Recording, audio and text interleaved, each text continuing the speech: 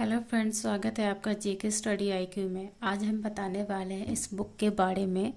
इस बुक को पढ़ाने से पहले हम जैसा कि हम सारे चैप्टर को या फिर किसी भी बुक को पढ़ाते हैं तो सबसे पहले हम बताते हैं, विषय सूची दिखाते हैं। जब हम ये बुक पढ़ाए थे तो इसके बारे में हम कुछ नहीं बताते हैं, बस ये एनसीईआरटी का बुक है इतना ही हम बताते हैं और उसके बाद हम पढ़ाना शुरू कर दिए थे। आज हम इस बुक के बारे में बताएंगे, इसमें क्या क्या दिया हुआ है और कैसे पढ़ना है, किस सब्जेक्ट के बारे में दिया हुआ है, किस क्लास तक दिया हुआ है, वो आज हम सब बताएंगे। तो इस बुक में सबसे पहले देखिए, यहाँ लिखा हुआ है एनसीईआरटी का सार संग्रह है ये, और इसमें 6 से लेकर 12 तक का दिया हुआ है। यह वन लाइनर बुक है और इसमें जो है किस एग्ज़ाम में इस बुक से सवाल आता है, तो कोई भी एग्ज़ाम हो कंपटीशन का, चाहे वो बीपीएससी हो या फिर बीपीएससी टीआरई हो या फिर रेलवे हो, एसएससी हो, बिहार एसएससी हो, दरोगा हो, कोई भी एग्ज़ाम हो, उसमें इस बुक से ज़रूर सवाल आता है।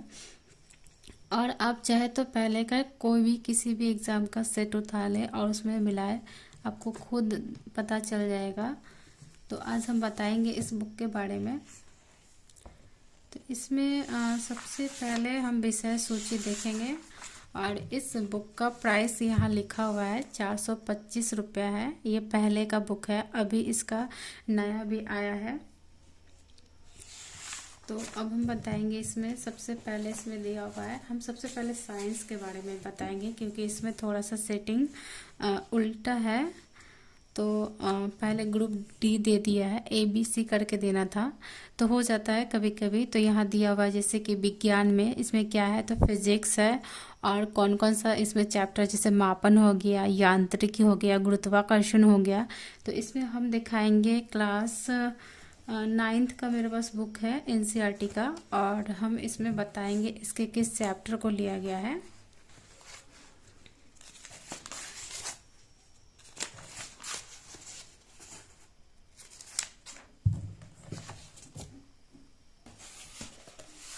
अब जैसे कि यहाँ पहला चैप्टर दिया हुआ है मापन, यांत्रिकी, गुरुत्वाकर्षण। और देखिए यहाँ पे दिया हुआ है पदार्थों के सामान्य गुण, तरंग गति एवं ध्वनि, ऊष्मा एवं ऊष्मा गतिकी, प्रकाश, विद्युत धारा, चालकता, नाभिकीय भौतिकी, विविध। ये दिया हुआ है शॉर्ट टर्म में, वन लाइनर बुक है इसलिए ऐसे दिया हुआ है। अब ये 9th क्लास का एनसीईआरटी है, हम इसमें दिखाएंगे कौन कौन सा चैप्टर मैच कर रहा है। देखिए यहाँ पे है ध्वनि, कार्य तथा ऊर्जा, उसमें भी है, हम बताएंगे जब पढ़ाएंगे तब। गुरुत्वाकर्षण, उसके बाद है आपका फिर इसमें चूँकि ये मिक्स रहता है ना, फिजिक्स, केमिस्ट्री और बायोलॉजी इसमें मिक्स रहता है, तो अभी हम उसमें फिजिक्स बता रहे हैं इसमें। अब इसमें हम फिजिक्स बता रहे हैं। अब यहाँ अगर देखें तो आप तीनों देख लीजिए, यह क्या है, परमाणु संरचना, अम्ल, क्षार एवं लवण, धातुएं, अधातु, मिश्र धातु, कार्बनिक रसायन, ये केमिस्ट्री है। और यहाँ बायो है, जीव विज्ञान की उत्पत्ति हो गया, कोशिका हो गया, पोषण हो गया, ये सब जो दिया हुआ है यहाँ। तो इसमें देखिए अब मिलाएंगे तो सब चीज़ मिल जाएगा। गुरुत्वाकर्षण हो गया, कार्य ऊर्जा हो गया, ध्वनि हो गया, और यहाँ परमाणु की संरचना, परमाणु एवं अणु, ये सब दिया हुआ है। तो इसमें जो साइंस का ये 9th क्लास का बुक है और इसमें जो दिया हुआ चैप्टर वो लगभग सारे चैप्टर को इसमें लिया गया है। अब चूँकि ये जो है फिजिक्स को अलग कर दिया है, केमिस्ट्री को अलग और बायोलॉजी को अलग, और उस तरह से जो इम्पोर्टेंट क्वेश्चन है वो वन लाइनर में दिया हुआ है। और ये जो 9th क्लास का बुक है, एनसीईआरटी का बुक है, इसमें तीनों मिक्स है, केमिस्ट्री, फिजिक्स और बायोलॉजी। ठीक है, अब हम दिखाते हैं क्लास 10th के बुक को। ये क्लास 10th का एनसीईआरटी का बुक है, ये भी साइंस है। हम बता रहे हैं इसमें क्या दिया हुआ है। अब इसको हटा देते हैं।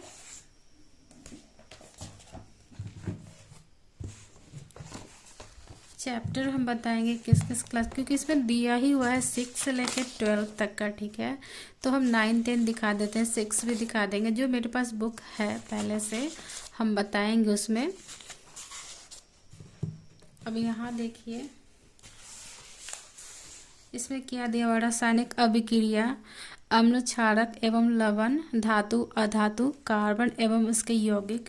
अब यहाँ देखिए इसमें ये केमिस्ट्री है, तो केमिस्ट्री वाले पोर्शन में देखेंगे यहाँ पे क्या दे, अम्ल क्षार एवं लवण यहाँ दिया हुआ है, धातु अधातु मिश्र धातु।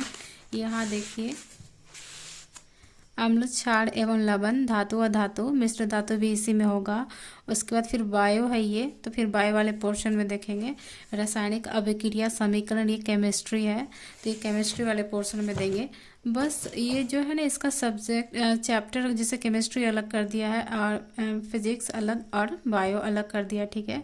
अब हम क्लास 6 का एनसीईआरटी दिखा रहे हैं, वो एससीईआरटी का बुक है।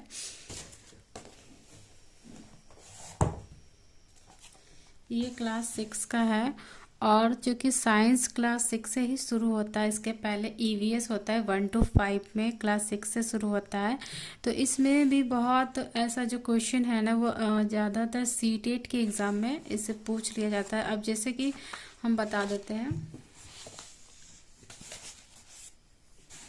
अब देखिए इसमें भोजन कहाँ से आता है, भोजन में क्या क्या आता है, तंतु से वस्त्र तक विभिन्न प्रकार के पदार्थ, पृथक्करण पदार्थ में परिवर्तन, पेड़ पौधे की दुनिया, फूलों से जान पहचान, जंतु में गति, ये सब जो दिया हुआ है, प्रकाश बल्ब, चुंबक, जल, वायु, ये सब कहीं ना कहीं इसमें जो है इससे रिलेटेड इसमें सवाल दिया हुआ है।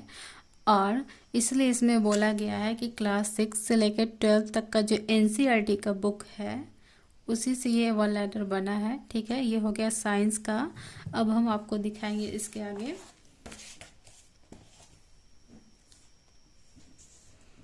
अब हम दिखा रहे हैं इसके आगे क्या दिया हुआ है। देखिए यहाँ पे बायो का पोर्शन दिया हुआ है, कंकाल, श्वसन तंत्र, पाचन, उत्सर्जन, तंत्रिका तंत्र, रक्त परिसंचरण तंत्र, ये बायो का पोर्शन है, ठीक है। ये पूरा साइंस आपका कवर हो गया। अब हम बताएंगे इसमें आगे क्या दिया हुआ है। तो अब है मेरा यहाँ पे हिस्ट्री। हिस्ट्री में जैसे कि प्राचीन इतिहास, तो प्राचीन इतिहास के बारे में जो भी कुछ यहाँ दिया हुआ है, प्राचीन भारत के ऐतिहासिक स्रोत, पाषाण काल, हड़प्पा सभ्यता, वैदिक काल, ये सब जो दिया हुआ है ये सब 6 से लेकर 12 तक का ही है। इसमें कुछ भी गलत इन्फॉर्मेशन नहीं है, आप उसको पढ़िएगा तो अच्छे से समझ में आएगा। अब जैसे कि हम दिखा रहे हैं,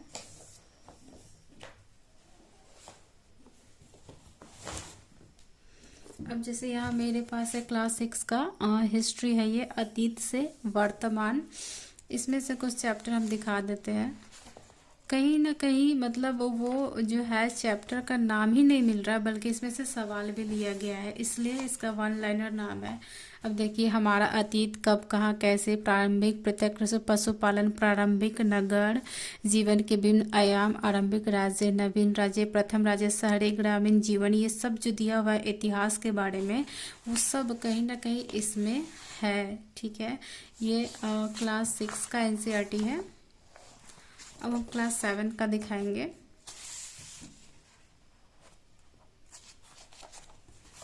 देखिए यहाँ भी दिया हुआ है कब कहाँ कैसे, और नए राज्य राजाओं का उदय, ये सब जितना दिया हुआ है। देखिए 18वीं शताब्दी में नई राजनीतिक घटना, ये सब जो दिया हुआ है हिस्ट्री, इसमें जो है ये बुक में जो जितना कुछ भी दिया हुआ है वो सब उसमें से जो मेन होता है, मेन क्वेश्चन हो गया, मेन टॉपिक हो गया, उससे रिलेटेड सवाल इसमें पूछा हुआ है। और ये पढ़ने से ना मतलब एक लगभग ऐसा हो जाएगा कि हम एक अंदर से कॉन्फिडेंस आएगा कि हम किसी भी एग्ज़ाम में बैठ रहे हैं। तो कुछ सवाल तो ऐसा होता है जिनसे डायरेक्ट आ जाता है, ठीक है।